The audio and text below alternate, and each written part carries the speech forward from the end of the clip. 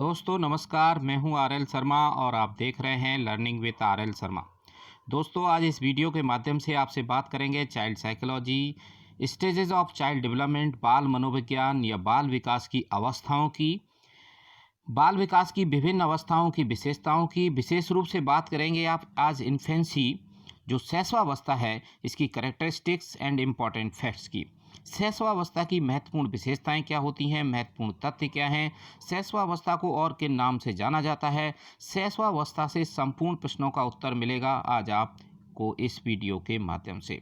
दोस्तों वीडियो को पूरा देखिए, आप समझ जाएंगे आसानी से शैशवावस्था क्या होती है।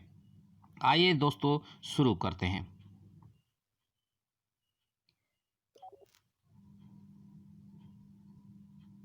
शैशवावस्था, देखिए दोस्तों चाइल्ड साइकोलॉजी में जो बाल विकास की स्टेजेस हैं, जो अवस्थाएं हैं, उनसे बहुत सारे प्रश्न ऐसे हैं जो कई बार एग्जाम में पूछे जाते हैं। बाल विकास की तीन प्रमुख अवस्थाएं मानी जाती हैं: इन्फेंसी, चाइल्डहुड एंड एडोलसेंस।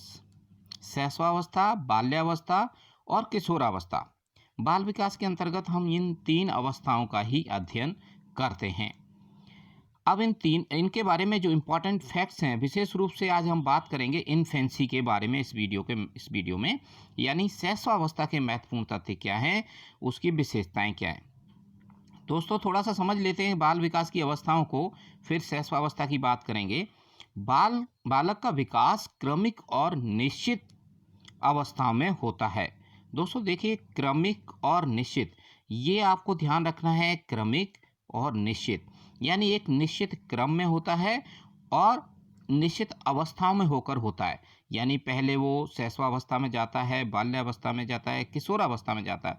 तो इस तरह अलग अलग अवस्थाओं में क्रम से वो आगे जाता है, उसका विकास होता है, तो उसमें बहुत सारी विशेषताएं आती हैं, बहुत सारे परिवर्तन होते हैं, जो चेंजेस होते हैं उसके व्यवहार में। वो उसको उसकी उसके उसके चरित्र को, उसके व्यक्तित्व को निर्धारित करते हैं। दोस्तों आगे देखिए, बाल विकास की प्रत्येक अवस्था की अपनी विशेषताएं व महत्व होता है। इन अवस्थाओं को अलग अलग नामों से भी जाना जाता है। देखिए, बालक की तीन प्रमुख अवस्थाएं हैं।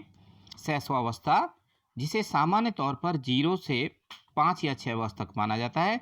बाल्यावस्था, जिसे 6 से 12 वर्ष तक या कभी कभी 6 से 11 वर्ष तक भी माना जाता है। और किशोरावस्था 12 से 18 वर्ष तक सामान्य तौर पर मानी जाती है।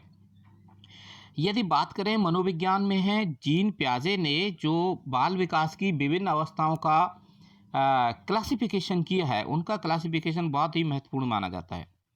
जीन प्याजे ने जो अवस्थाओं को 4 भागों में बांटा है: सेंसरी मोटर स्टेज, संवेदी पेशी अवस्था, दूसरी जो जो कि 0 से 2 वर्ष तक चलती है। दूसरी अवस्था को उन्होंने नाम दिया है प्री ऑपरेशनल स्टेज, पूर्व संक्रियात्मक अवस्था। और तीसरी अवस्था का नाम उन्होंने दिया है कॉन्क्रीट ऑपरेशनल स्टेज, अमूर्त संक्रियात्मक अवस्था। और चौथी अवस्था को नाम दिया है फॉर्मल ऑपरेशनल स्टेज, यानी कि औपचारिक संक्रियात्मक अवस्था। तो अगर शैशवावस्था की बात करें तो उनकी जो प्रथम दो अवस्थाएं हैं, सेंसरी मोटर स्टेज और जो 0 से 2 तक चलती है, और दूसरी अवस्था जो उन्होंने प्री ऑपरेशनल स्टेज है, जो 2 से 7 तक चलती है। और उस क्लासिफिकेशन में उन दोनों की विशेषताएं शैशवावस्था के अंतर्गत आती हैं। जीन प्याजे के लिए अलग से एक वीडियो बनाएंगे, मैंने उनके बारे में, उनकी अवस्थाओं के बारे में संक्षिप्त में यहाँ समझाया। अब हम शैशवावस्था के बारे में बात करते हैं।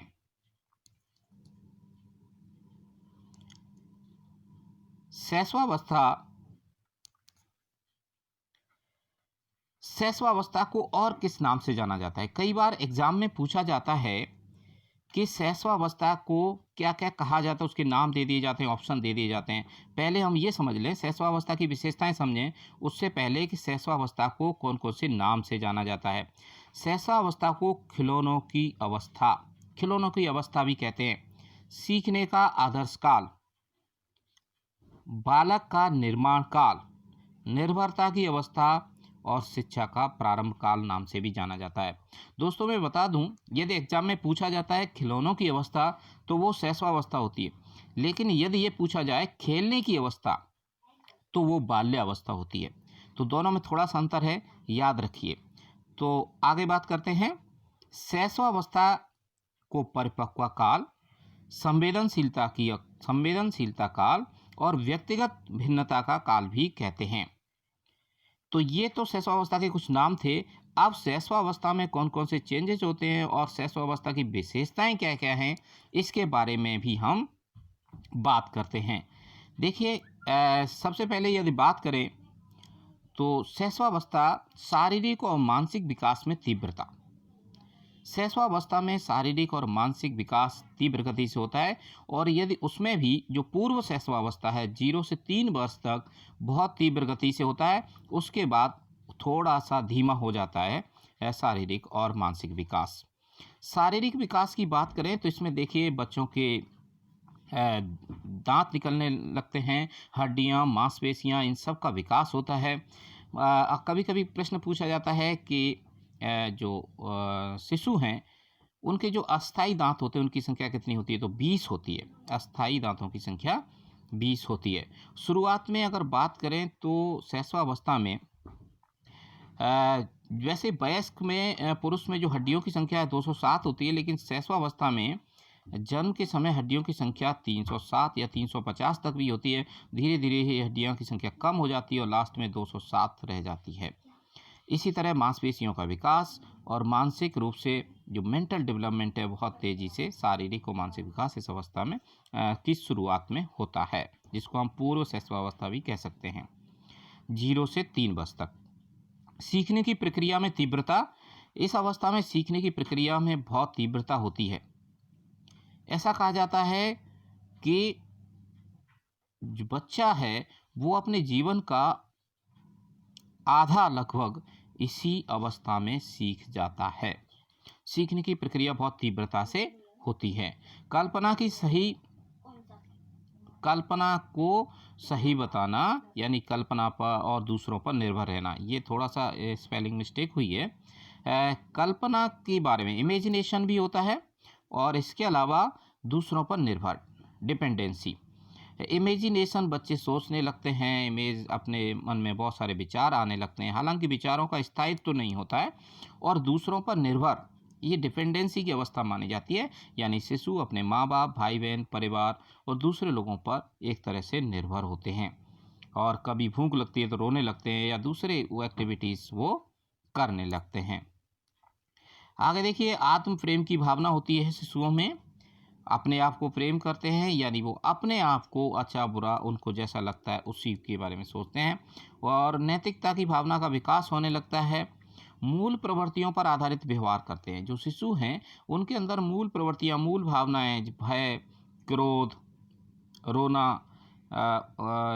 इस तरह की जो मूल प्रवृत्तियां हैं, रोना, चीखना, भय, क्रोध, प्रेम, इस तरह की सामान्य तौर पर उनके अंदर जो प्रवृत्तियां हैं उनका व्यवहार करते हैं। जो सबसे पहले अगर बात करें कि कौन सा इमोशन या मूल प्रवृत्ति होती है बच्चे में जब पैदा होता है, तो वो उत्तेजना होती है, एक्साइटमेंट होता है, उत्तेजना होती है, जिसमें हाथ पैर फेंकना, रोना। उत्तेजना के माध्यम से ही शिशु अपनी बात व्यक्त करते हैं, बोल नहीं पाते हैं। तो मूल प्रवृत्तियों पर आधारित उनका व्यवहार होता है शुरुआत में, और आगे चल के धीरे धीरे वो बोलने लगते हैं। सामाजिक भावना का भी विकास होने लगता है, यानी शिशु अपने माता पिता, भाई बहन, इन सबको समझने लगते हैं, अच्छा बुरा थोड़ा सा समझने लगते हैं, और अपना एक लगाव लोगों से होने लगता है धीरे धीरे। तो इसे कहते हैं सामाजिक भावना। दूसरे बालकों में रुचि, ये थोड़ा सा स्पेलिंग मिस्टेक है। दूसरे बालकों में रुचि लेने लगते हैं, बहुत सारे अपने मित्र को समझने लगते हैं, या अपने मिलने वाले बच्चे जो साथ में खेलते हैं उनको समझने लगते हैं। संवेगों का प्रदर्शन और काम प्रवृत्ति। संवेगों का प्रदर्शन, वो कई बार संवेग जो उनके इमोशंस हैं उनका प्रदर्शन करने लगते हैं। काम प्रवृत्ति का मतलब ये है कि उनके अंदर जैसे प्रेम है, बच्चों का जो प्रेम है, जो उनका वात्सल्य प्रेम है, या माँ जब स्तनपान कराती है, इस तरह की काम प्रवृत्ति के बारे में सिगमंड फ्रायड ने भी डिस्कशन किया है। यह काम प्रवृत्ति बड़े वयस्क पुरुषों की तरह नहीं होती है। दोहराने की व जिज्ञासा की रिपीटेशन की प्रवृत्ति होती है और जिज्ञासा की प्रवृत्ति होती है। किसी भी बात को रिपीट करते हैं वो बच्चे, जो भी बात उन्हें जो भी शब्द, जो भी चीज़ सुनाई देता है कभी-कभी उसको रिपीट करके बोलने की प्रवृत्ति होती है। जिज्ञासा की प्रवृत्ति होती है शिशुओं में, जानने की प्रवृत्ति होती है, बार-बार बहुत सारे प्रश्न पूछते हैं। कई बार माँ-बाप, टीचर इरिटेट हो जाते हैं, लेकिन उनके प्रश्नों का उत्तर देना चाहिए। शिशुओं में जिज्ञासा होती है, इस दुनिया को जानने की प्रवृत्ति शुरू हो जाती है। अनुकरण द्वारा सीखने की प्रवृत्ति। दोस्तों मैं आपको बताता हूँ अनुकरण, एक वर्ड और यूज होता है अनुसरण। अनुकरण मतलब जैसा दूसरे को देखो वैसा ही करना। अनुसरण होता है दूसरे को देखकर उससे सीख लेके अपने अनुसार कोई काम करना। तो यहाँ बच्चे अनुकरण करते हैं, अनुसरण नहीं करते। एज इट इज़ फॉलो करते हैं, जो आप कर रहे हैं वैसा वो कॉपी करने की, इमिटेट करने की कोशिश करते हैं। तो अनुकरण द्वारा सीखते हैं। इसलिए कहा जाता है कि बच्चों के सामने हमें माँ-बाप को, टीचर्स को ऐसा व्यवहार करना चाहिए, क्योंकि बच्चे एज इट इज़ कॉपी करते हैं, वैसा ही करने की कोशिश करते हैं। इसलिए अनुकरण द्वारा जो बच्चे सीखते हैं, इसलिए उनके सामने एक आदर्श आइडियल बिहेवियर प्रस्तुत किया जाना चाहिए। अकेले और साथ खेलने की प्रवृत्ति भी बच्चों में होती है। कुछ बच्चे ऐसे होते हैं जिनमें अकेले खेलने की प्रवृत्ति होती है और बहुत सारे बच्चे ग्रुप में खेलना पसंद करते हैं। तो ये जो कुछ विशेषताएं हैं, ये हैं इन्फेंसी या शैशवावस्था की अवस्थाएं। इनसे बिल्कुल क्लियर हो जाता है कि शैशवावस्था में किस तरह के गुण होते हैं, शुरुआत में किस तरह की विशेषताएं होती हैं। ये थे कुछ महत्वपूर्ण फैक्ट। आगे देखिए, बालक के जन्म के कुछ माह बाद ही यह निश्चित किया जा सकता है कि जीवन में इसका क्या स्थान है। देखिए कितनी इंपॉर्टेंट है शैशवावस्था। शैशवावस्था में एडलर ने कहा है कि बालक के जन्म के कुछ माह बाद ही ये पता किया जा सकता है कि जीवन में इसका क्या स्थान है, क्या इंपॉर्टेंट स्थान रहेगा। यानी बच्चे के बारे में शुरुआत में ही पता चल जाता है। ऐसे ही एक एल्गर महोदय ने कहा था कि व्यक्ति का जितना मानसिक विकास होता है उसका आधा 3 वर्ष की आयु तक हो जाता है। यानी व्यक्ति का जितना भी जीवन में मानसिक विकास होना होता है उसका आधा 3 वर्ष की अवस्था में हो जाता है। इसलिए मैं एक और मनोवैज्ञानिक की बात करूंगा जिन्होंने सीखने का आदर्श काल कहा था, शैशवावस्था को सीखने का आदर्श काल कहा था। मैं उस मनोवैज्ञानिक की बात करूंगा। आप देखिए, शैशवावस्था में सीखने का आदर्श काल कहा था, मैंने शुरुआत में बताया था। देखिए मैं अभी आपको बात करता हूँ। सीखने का आदर्श काल, ये जो आपको दिख रहा है, मैं इसकी बात करूँगा। सीखने का आदर्श काल किसने कहा था दोस्तों? सीखने का आदर्श काल कहा था बैलेंटाइन ने। बैलेंटाइन एक मनोवैज्ञानिक हैं, उन्होंने सीखने का आदर्श काल कहा था इस अवस्था को, शैशवावस्था को, क्योंकि इस अवस्था में बच्चे सबसे ज़्यादा सीखते हैं। हालांकि वो अभिव्यक्त नहीं कर पाते पर सीखते सबसे ज़्यादा हैं। तो इस तरह से दोस्तों आज मैंने आपको ये शैशवावस्था की विभिन्न अवस्थाओं के बारे में बताया। आपको ये वीडियो ज़रूर अच्छा लगा होगा। अच्छा लगा हो तो चैनल को सब्सक्राइब कर लें, वीडियो को लाइक शेयर कर दें, जिससे आपको आगे आने वाले चैनल पर जो अन्य वीडियोस हैं वो मिलते रहें। सब्सक्राइब अवश्य कर लें। Thank you very much.